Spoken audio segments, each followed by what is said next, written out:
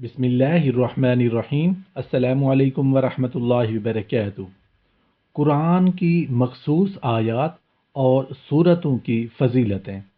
کریم آقا صلی اللہ علیہ وآلہ وسلم جب تہجد کے لیے رات کو اٹھتے تو سورہ آل عمران کی آخری 10 آیات یعنی ان فی خلق السماوات والارض سے آخر تک تلاوت کیا کرتے تھے۔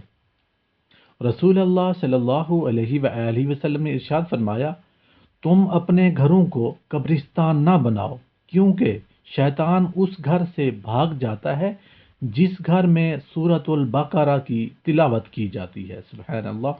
حضرت عبداللہ بن مسعود رضی اللہ عنہ فرماتے ہیں کہ مجھے سورہ نساء کی 5 آیات 40، 47، 64، 31 اور 110 اس قدر پیاری ہیں کہ میں انہیں دنیا اور اس کی تمام نعمتوں سے بھی زیادہ محبوب سمجھتا ہوں۔ سبحان اللہ۔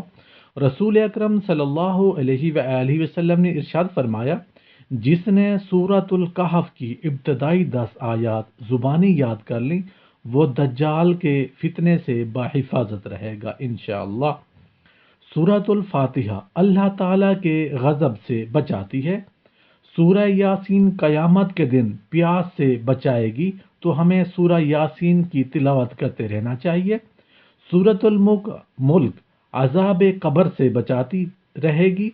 ہمیں اپنی زندگی میں جہاں تک ممکن ہو سکے دن میں 1 مرتبہ 2 مرتبہ جتنا پاسبل ہو سکے سورۃ الملک کی تلاوت کیا کریں۔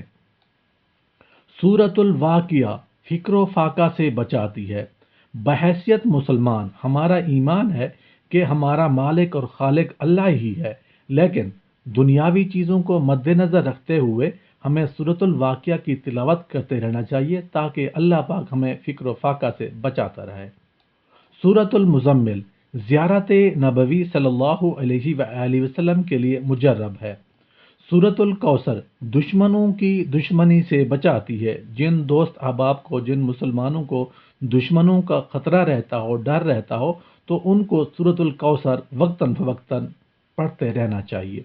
سورۃ الکافرون موت کے وقت کفر سے بچاتی ہے۔